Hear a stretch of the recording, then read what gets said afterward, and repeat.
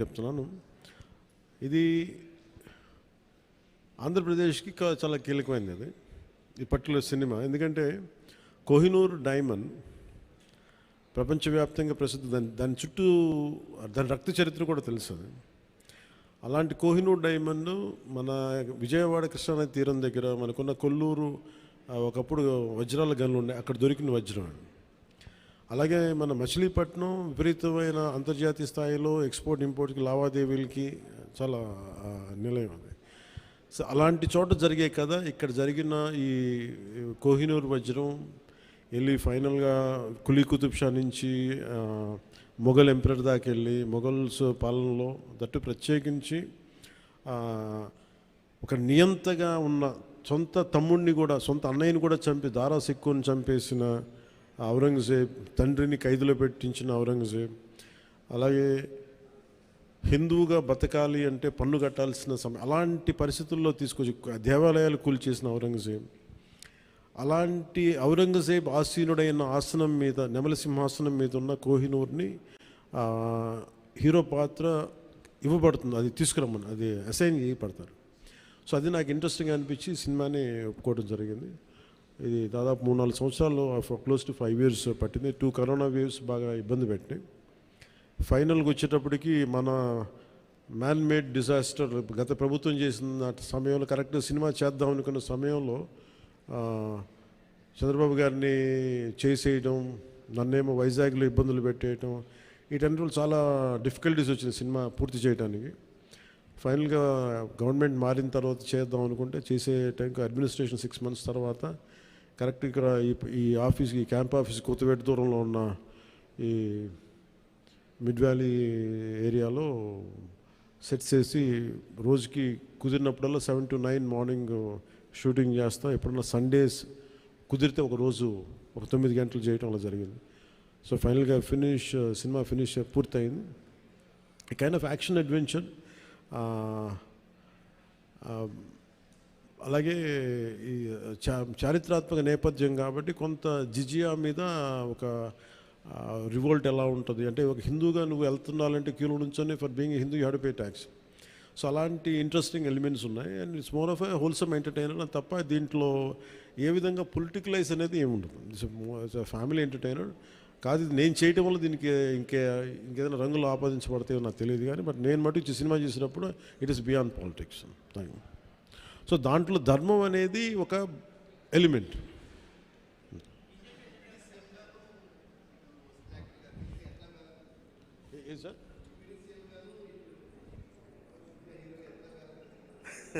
Quite a challenge. ఇందాక కూడా ఎవరు ఇంటర్వ్యూలో అడుగుతూ ఉన్నారు, మీరు మేడం మీరేనా అడుగుతా అంటే సినిమాల్లోనూ ఒకటే చాయిస్ ఉంటుంది, either films or politics at this stage అంటే I said I opted for politics. I opted for not cinema, politics. So అందుకని నా ప్రయారిటీ పాలిటిక్సే అడ్మినిస్ట్రేషన్ పెట్టి నాకంటూ కొంత టైం అనుకున్నప్పుడు దాన్ని బట్టికే కేటాయించడం జరిగింది. అట్లా సాధించాను. ఏ సినిమాకి చేయని విధంగా ఫస్ట్ టైం ప్రమోషన్స్లో దిగారు మీరు. ఇది చాలా ప్రత్యేక పరిస్థితులు ఉన్నాయి సార్. నేను మామూలుగా అయితే చేయను. అంటే నా వల్ల నిర్మాతలు నష్టపోయారు. అది కూడా ఎలా నష్టపోయారు, ఒకటి corona, 2 natural disaster, 2 natural disasters, ఇంకోటి man made disaster, administration disaster, ఇక్కడ పొలిటికల్ ఇది ఇక్కడ. సో మూడింటికి నిర్మాతలు బలైపోయారు. సో దానికి నేను ఒక నైతిక బాధ్యత వహించి లేట్ అయిపోయిన సినిమాని ప్రమోట్ చేయాల్సిన బాధ్యత నా మీద ఉంది. అంతేగాని ఎందుకంటే నాకు రెమ్యునేషన్ కూడా దీనికేమి అదే ఇంకా రేపు హిట్ అయితే నాకు తెలియదు కానీ సో అలాంటి పరిస్థితుల్లో రిలీజ్ చేశాను. ఎందుకంటే ముందు సినిమా ఆడాలి, సినిమా రిలీజ్ అవ్వాలి, నిర్మాత బయటపడాలి అన్న సదుద్దేశం. అది కూడా ఏంటంటే నేను పాలిటిక్స్లో ఉండటం, గత ప్రభుత్వం చేసిన మ్యాన్ మేడ్ డిజాస్టర్స్ వీటన్నిటి వల్ల నలిగిపోయిన దానికి నేను పొలిటిక్స్లో ఉన్నాను కాబట్టి బలైపోయారు కదా, ఇబ్బందులు పడ్డారు నిర్మాతలు. అందుకని వాళ్ళందరి తరపున నేను ఈ కనీసం ఈ ప్రమోషన్ చేయడం అనేది చాలా ఎసెన్షియల్ డ్యూటీ అనిపించింది నాకు. అంతమించి మామూలుగా అంత అవసరం ఉండేది కాదేమో. సార్ ఆ సినిమా తీసేటప్పుడు కొంత ఇబ్బందులు కూడా పడ్డట్టున్నారు మీరు. ఏంటి సార్? ఆ సినిమా తీసేటప్పుడు కొంత ఇబ్బందులు కూడా పడ్డట్టున్నారు, సమ్మర్లో కానీ నైట్ టైంలో షూటింగ్ చేయటం కానీ. అంటే ఎలా అంటే నేను ఇక్కడికి వెళ్ళి వైజాగ్లో అరెస్ట్ అయ్యి మళ్ళీ వచ్చి 4 రోజుల తర్వాత మళ్ళీ ఇలా చేశాను. అంటే అరెస్ట్ అంటే చూశారు కదా ఎలా పెట్టారు. అట్లాంటి పరిస్థితుల్లో మండుటెన్లో కానీ అంటే okay that's part and parcel, there is no complaint about it.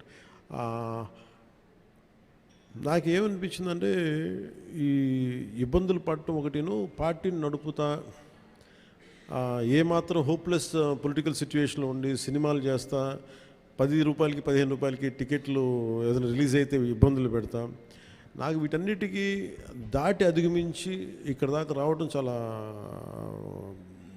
పెద్ద విజయం అనిపించింది. సో టఫ్ సిచ్యువేషన్ ఇక్కడ దాకా వచ్చి I'm grateful for the producers.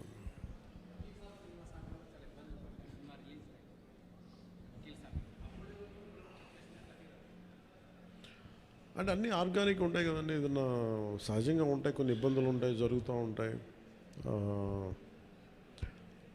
అంటే నాకేంటంటే నేను సినిమాని ఇప్పుడు అంటే నేను అది ఇప్పుడు మనం చాలాసార్లు నేను ప్రతి సభలో కూడా చెప్తాను, ప్రతి చిన్న పనికి కూడా ఒక చిన్నపాటి యుద్ధమే చేయాల్సి వస్తుంది. అంటే ఏది కూడా ఒక బస్సు ఎక్కాలంటే ప్రతి సగటు మనిషి చిన్నపాటి యుద్ధం చేసే వెళ్ళాలి, ట్రైన్లో వెళ్ళాలంటే చిన్నపాటి యుద్ధం చేసి సీట్ సంపాదించాలి. అలాగా ఒక సినిమా చేయాలన్నా ఏం చేయాలన్నా ఒక సంఘర్షణ లేకుండా ఏముండదు. అందుకని సంఘర్షణ జీవనంలో భాగం అయిపోయింది తప్ప నేను పర్సనల్గా నేను ఇవన్నీ సహజం అనుకుంటాను. అంతకుమించి will move on, but how well we can stand out, ఎలా నిలబడగలం దాని మీద ఉంటుంది ఆలోచన.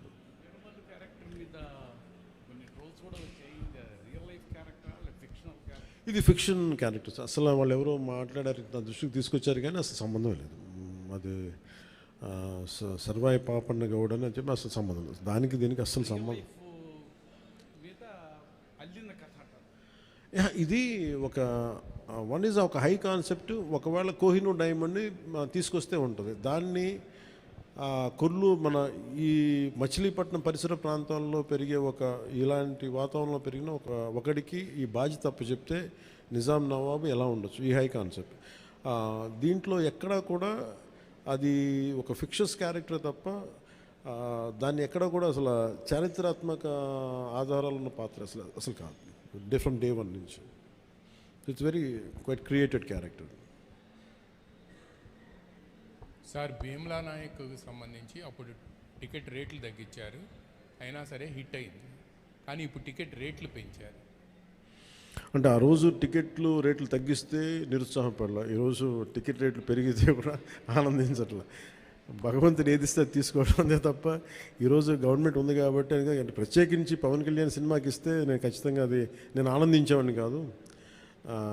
కానీ ఇది అందరికి ఇచ్చారు కాబట్టి దాంట్లో నాకు ఇవ్వకపోతే అది వివక్ష చేసినట్టు ఉంటుంది, అది కూడా తప్పవుద్ది కదా. అందుకని I think it's part and parcel. ఆ రోజు అలా జరిగింది, ఈ రోజు ఇలా జరిగింది, అంతకుమించి దీన్ని వేరేలా చూడటానికి వెళ్ళలేదు. ప్రొడ్యూసర్ నష్టపోయాడనే దేనికి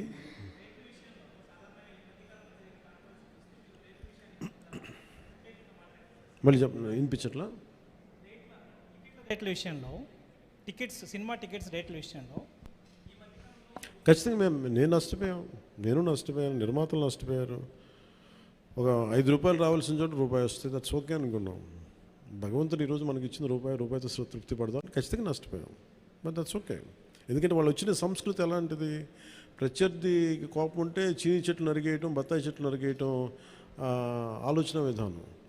అలాంటి వాళ్ళకి ఆర్థిక మూలాల మీద కొట్టడం సహజం కాబట్టి, అది మనం యుద్ధంలో దిగాం కాబట్టి, మనం పాలిటిక్స్లో ఉన్నాం కాబట్టి part and parcel, that's we will take it forward. దాన్ని వెనకడిగే తీసలేదు, దాన్ని part and parcel we have to accept it.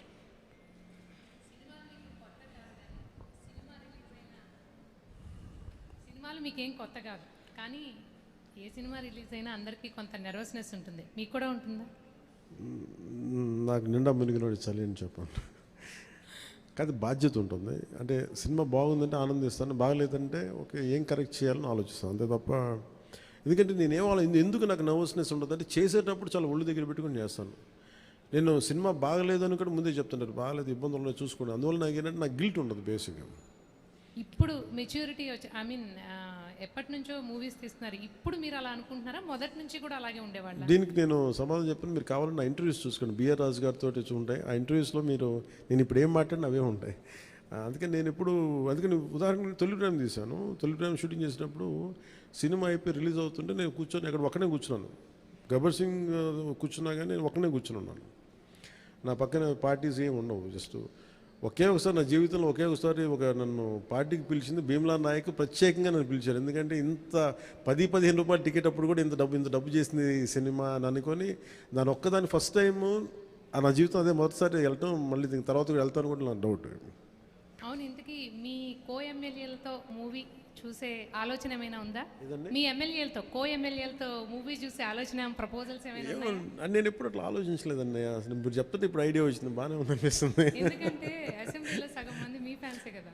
Maybe మా ఎమ్మెల్యేస్ అందరికీ, మా కూటమి ఎమ్మెల్యేస్ అందరికీ ఖచ్చితంగా దీన్ని ప్రత్యేకమైన షో అయితే వేస్తే వాళ్ళు కోరుకుంటే ఖచ్చితంగా, అంటే నేను ప్రమోట్ చేసుకునే ఇబ్బందిగా ఉంటుంది కానీ ఖచ్చితంగా వాళ్ళందరూ అడిగితే మన హరిప్రసాద్ కానీ ఖచ్చితంగా I think will organise an exclusive screening for them. అందరికీ మనసులో ఉంది కానీ బయటకు అడగలేకపోతున్నారు. సో మీ ద్వారా మీ ద్వారా వచ్చింది కానీ ఖచ్చితంగా నేను అడ్రస్ చేస్తాను. Thank you.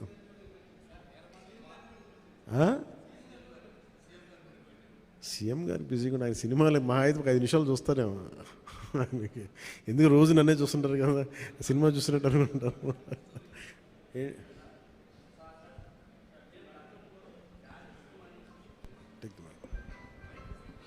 హలో, జానీ సినిమాని గతంలో మీరు డైరెక్ట్ చేసి ఆ టైంలో కొంత ఫ్లాప్ అనే ఇబ్బందికరమైనటువంటి వాతావరణాన్ని కలిగించుకున్నారు.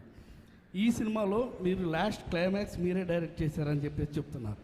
దానికి అప్పటికి ఇప్పటికీ ఏంటి, ఎలాంటి చేంజ్ మీరు గమనించారు? అలాగే అంటే నేను జానీ నిన్న కూడా చెప్పాను. అంటే నాకు ఏమనిపించిందంటే, ఒక సినిమా తీసేటప్పుడు చాలా నలుగుతా ఉండే. నేను చెప్పేది సినిమా అనేది ఒక్కటే కష్టపడేది కాదు, ప్రతి ఒక్కటే. ఈవెన్ ఒక చిన్నపాటి ఉపాధి శ్రామికుడు కూడా కష్టపడతారు, యుద్ధం చేయాలి పట్టుకోటి కోసం. సినిమా ఏంటంటే చాలామంది డబ్బులు చాలా గ్లామరస్గా కనిపిస్తుంది ఫిల్మ్ ఇండస్ట్రీ. దానికి నేను ఒక చిరంజీవి గారు లాంటి అన్నయ్య ఉండి, నేను సక్సెస్ఫుల్ అయిన యాక్టర్గా ఉండి, ఖుషి తర్వాత వరుసగా విజయాల తర్వాత కూడా ఒక జానీ అనే సినిమాని నేను డైరెక్ట్ చేసేది ఆడకపోయిన వెంటనే ఒక 5 రోజులు 10 రోజులు నెల రోజుల తర్వాత ఫస్ట్ షో పడింది, ఇది బాగలేదు అనగానే వెంటనే మొత్తం ఫైనాన్షియర్స్, డిస్ట్రిబ్యూటర్స్ అందరూ నా ఇంటి మీదకి వచ్చేసారు. మాకు డబ్బులు రావట్లేదు, ఇప్పుడు ఏం చేస్తామని. నా క్వశ్చన్ ఏముందంటే, మీకు డబ్బులు ఇచ్చినప్పుడు నాకు ఎప్పుడు ఎక్స్ట్రా ఇవ్వలేదు కదా, ఇప్పుడు డబ్బులు పోయినప్పుడు అది ఉండదు అక్కడ. సో నేను కంప్లైంట్ చేయట్లేదు. అంటే నాకు ఏమనిపించిందంటే, ఫస్ట్ టైము నాకు చాలా ఒక కాలంలో చెప్పిన అన్ని బంధాలు ఆర్థిక బంధాలు నాకు అది గుర్తొచ్చింది. నేను ఆ రోజు మొత్తం నా రెమ్యునరేషన్ తీసుకోలేదు, ఇచ్చేసాను. నాకేమనిపించిందంటే, ఒంటరితనం అనిపించాను.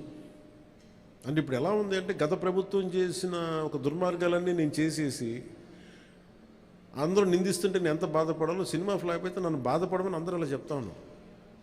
నా ఉద్దేశం ఏంటంటే, సినిమా చేసాం, బాగలేదు, ఆడలేదు అంతే.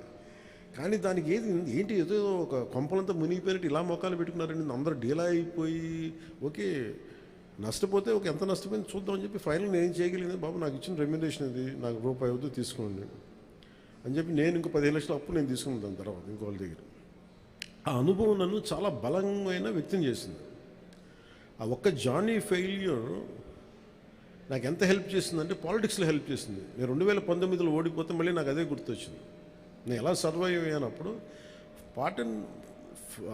Failure is a part and parcel of growth. అది నాకు బాగా బలం ఇచ్చి, నిన్న ఒక నిర్మాత ఆ రోజు అన్ని ఇబ్బందులు లేవు, కానీ రత్నం గారు లాంటి వ్యక్తి, ఒక చిన్నపాటి మేకప్ అసిస్టెంట్గా ప్రారంభించిన వ్యక్తి, అంచెలంచెలుగా శంకర్ లాంటి వాళ్ళతో సినిమా తీసి పాన్ ఇండియా సినిమాలు తీసిన వ్యక్తి ఈరోజున సినిమా రిలీజులకి ఇబ్బంది పడుతూ ఉంటే నాకు అనిపించింది, చాలా బాధేస్తుంది. ఇది నాకు అందుకే నేను దగ్గరుండి ఈ సినిమాని ప్రేక్షకుల దగ్గర తీసుకెళ్ళాలనేది నిర్ణయించుకున్నాను. సో నాకు అందుకు అనిపించింది అన్నమాట. అందుకని నా జానీ అనేది ఎందుకు వచ్చిందంటే, ఇంత ఫీబుల్గా ఉంటారు. అంటే మనీ దగ్గరికి వచ్చేటప్పటికి అందరూ నువ్వు చస్తావో పెడతావో తెలియదు కానీ మాకు ఇలా కట్ట ఒకసారి ఇర్లాజికల్గా ఉంటుంది. సో అలాంటి సమయంలో నాకు ఆయన అండగా నిలబడాలి. అందుకని that's reason why I quote. అందుకని క్లైమాక్స్ ప్రత్యేకించి నేను ఎందుకు చెప్పానంటే, అప్పుడు నేను కొన్నిసార్లు నేను బుల్డోజ్ చేసుకుని వెళ్ళాల్సింది, కొన్నిసార్లు రైట్ నిర్ణయం మన మనసుకు తెలుస్తుంది యాజ్ ఎ ఫిల్మ్ మేకర్గా. కొన్నిసార్లు పక్కన వాళ్ళ మాటలు నేను లాస్ట్ టైం ఎప్పుడు పక్కన వాళ్ళ మాటలు విన్నాను. కానీ ఈ ఫిలింకి వచ్చేటప్పటికి ఈసారి ప్రత్యేకించి ఎట్టి పరిస్థితుల్లో నేను పాలిటిక్స్లో ఉన్నాను, సినిమాలు బాగా చేయడేమో అన్న సందేహం ఎక్కువ మందికి ఉంటుందని చెప్పి ప్రత్యేకించి శ్రద్ధ పెట్టి చేశాను. సో క్లైమాక్స్ కూడా ఎందుకు చేశానంటే, నేను చాలా సంవత్సరాలు అయిపోయింది యాక్షన్ కొరియోగ్రఫీ చేసి, రియల్ లైఫ్లో వీళ్ళతో గొడవలు పడుతున్నాను, సినిమాల్లోనూ యాక్షన్ కొరియోగ్రఫీ చేశాను. సో ప్రత్యేకించి ఆ particular episode it's close to my heart.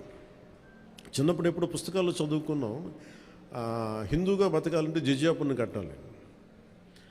So ఆ బాధ ఏదో ఉండిపోయినట్టుంది ఎక్కడో. సో అది ఆ వెంటౌట్ తీసుకున్న అవకాశం దొరికింది, ఐ యూస్డ్ ఇట్ అంతే.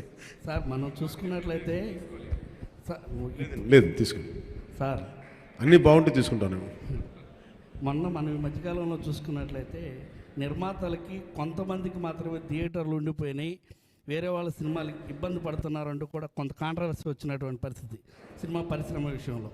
అదే రేట్ల విషయంలో కావచ్చు, థియేటర్స్ దాని విషయంలో మీకు కూడా అలాంటిది అంటే థియేటర్స్ సరిగ్గా లభించకపోవడం కొంత నిర్మాతలు ఏమన్నా ఇబ్బంది పెట్టే అవకాశం ఉంటుందా గతంలో లాగా? అది ఎప్పుడు అలా పెడతారని నేను ఎప్పుడు అనుకోను, ఎందుకంటే థియేటర్స్కి ఫీడింగ్ కావాలి, బేసిక్ సైన్స్ అది ఎవరు అలా చేస్తారు నేను అనుకోను. కానీ ఒకసారి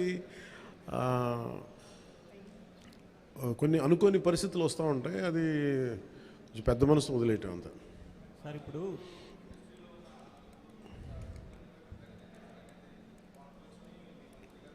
నేను ఎప్పుడు అనలేదు ఆ మాట. నేను అన్నారా, రాశారా? Okay, welcome. So thank you sir. Ma'am, this movie is going to be?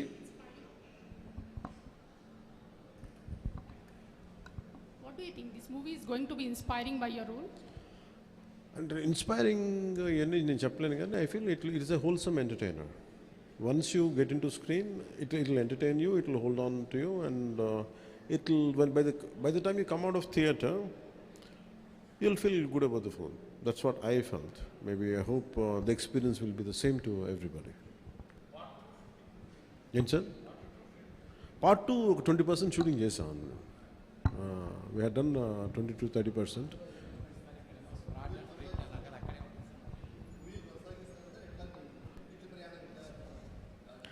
వచ్చే డబ్బుల్ని బట్టి, నాకు దొరికే టైంని బట్టి, కుదిరితే భగవంతుడి ఆశీస్సులు అన్నీ కుదిరి. సార్ ఏంటి సార్? చిత్ర పరిశ్రమ ఎక్కడున్నా అది ఆల్రెడీ ఏపీకి రావాల్సిన కొత్తగా అవసరం లేదు, కానీ ఏపీలో డెవలప్ చేయాల్సిన ఇన్ఫ్రాస్ట్రక్చర్ డెవలప్ చేయాలి. హైదరాబాద్లో ఎలాంటి ఇన్ఫ్రాస్ట్రక్చర్ ఉందో ఆంధ్రప్రదేశ్లో కూడా అలాంటి ఇన్ఫ్రాస్ట్రక్చర్ కొంత హైదరాబాద్లో ఉండొచ్చు, కొంత కొంత మంగళగిరి లేదా మనకున్న ప్రాంతాల్లో కావచ్చు. ఇట్ డిపెండ్స్ పరిస్థితులు ఎక్కడ బాగుంటాయని దానికి తగ్గట్టుగా ఇన్ఫ్రాస్ట్రక్చర్ అయితే డెవలప్ చేయాలి. ఫిల్మ్ మేకింగ్ స్కూల్స్ చాలా డెవలప్ చేయాలి.